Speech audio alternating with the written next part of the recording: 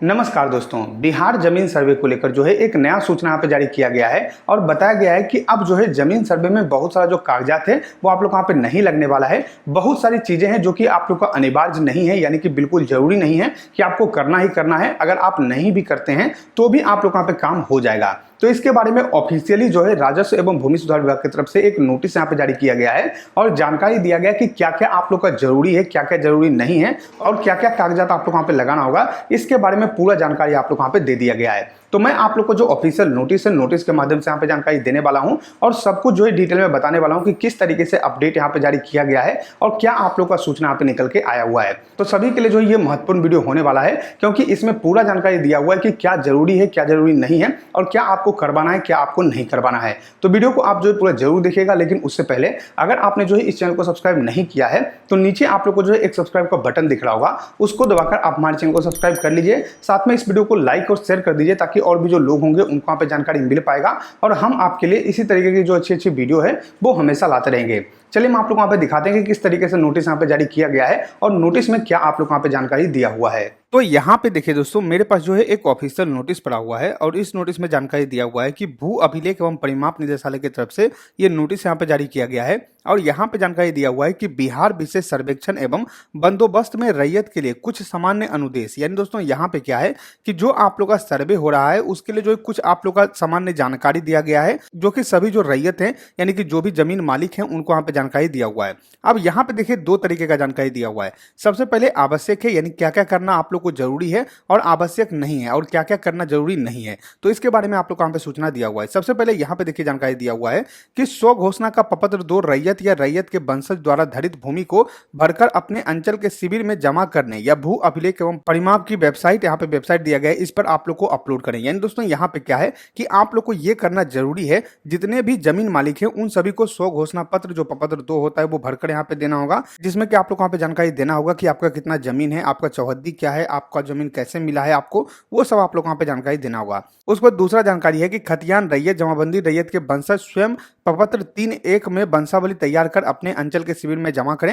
यानी दोस्तों यहाँ पे क्या है कि आप लोग को जो है प्रपत्र 2 के साथ प्रपत्र 3.1 यहाँ पे भरकर देना होगा, जो कि आप लोग का वंशावली का प्रपत्र है, तो ये भी आप लोग वहाँ पे भरकर जमा करना होगा। तो ये दो डॉक्यूमेंट आप लोग वहाँ पे लगाना होगा। उसके साथ आप लोग का जो रसीद है वो आप लोग वहाँ पे लगाना होगा। उसके बाद यहाँ पे अगर क्रय किया गया है, यानी मान लीजिए आप लोग का केवाला हुआ है तो केवाला आप लोग वहाँ पे लगाना है, भूदान हुआ है तो उसका दस्तावेज लगाना है, जो भी आपका जमीन रहेगा उसका जो आप लोग का डॉक्यूमेंट है वो आप लोग वहाँ पे देना होगा। उसके साथ ही अगर सक्षम न्यायालय का आदेश हो तो उसकी छाया प्रति, यानी मान लीजिए कोई जमीन है जिसपे कि आप लोग का केस हुआ था और न्यायालय से आप लोग वहाँ पे जो है आदेश आया हुआ है, तो उसका भी आप लोग का जो फोटोकॉपी हो वो आप लोग वहाँ पे देना होगा। बंदोबस्त भूदान प्रमाण पत्र वासीगत पर्चा का छाया प्रति, यानी मान लीजिए पर्चा में जमीन मिला हुआ है, बंदोबस्ती में जमीन मिला हुआ है, तो वो आप लोग वहाँ पे बताना होगा, उसका डॉक्यूमेंट आप लोग वहाँ पे देना होगा।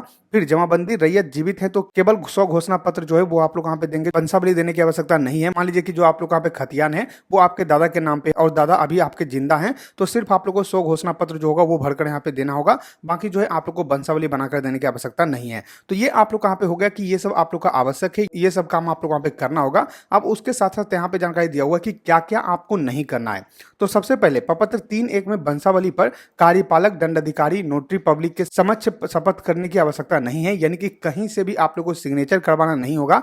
आप जो वंशावली बनाइएगा वो खुद से बनाकर दे सकते हैं, आपको कहीं से भी सिग्नेचर करवाने की आवश्यकता नहीं है। तो सबसे पहला तो ये आप लोग यहाँ पे अपडेट है। दूसरा अपडेट ये है कि प्रपत्र 3.1 में वंशावली पर संबंधित ग्राम पंचायत के जो प्रतिनिधि होंगे उनसे भी आप लोग को सिग्नेचर नहीं करवाना है। बहुत सारे लोग ये बोल रहे थे कि आप लोग जो वंशावली बनाइएगा उसमें मुखिया का या फिर सरपंच का सिग्नेचर लेना है, तो किसी का आपको सिग्नेचर लेने की आवश्यकता नहीं है। खुद से यहाँ पे जो वंशावली है वो बनाकर दीजिएगा और वही वंशावली आप लोग यहाँ पे मान्य हो जाएगा।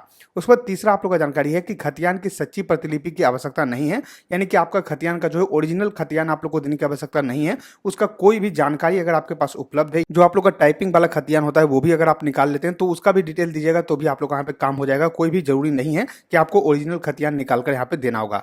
उसके साथ यहाँ पे जानकारी दिया हुआ है कि किस्तबार प्रकरण में भूखंड पर आपकी उपस्थिति अनिवार्य नहीं है, यानी कि मान लीजिए जब आप लोग का जमीन कहाँ पे जो है सर्वे होगा तो उस समय जो है आप लोग को वहाँ पे रहने की आवश्यकता नहीं है। हैं, आपको जमीन पर जाने की आवश्यकता नहीं है। लेकिन यहाँ पे जानकारी दिया हुआ है कि अगर आप जो है स्वयं या फिर किसी को यहाँ पे भेज देते हैं तो उससे जो है जो सर्वे कर्मी होंगे उनको थोड़ा सा यहाँ पे कम परेशानी होगा। अगर आप भेजना चाहते हैं या फिर भेज सकते हैं तो किसी को भेज दीजिए, अगर आप नहीं भेजना चाहते हैं तो आप इसको छोड़ सकते हैं, कोई भी दिक्कत यहाँ पे नहीं है।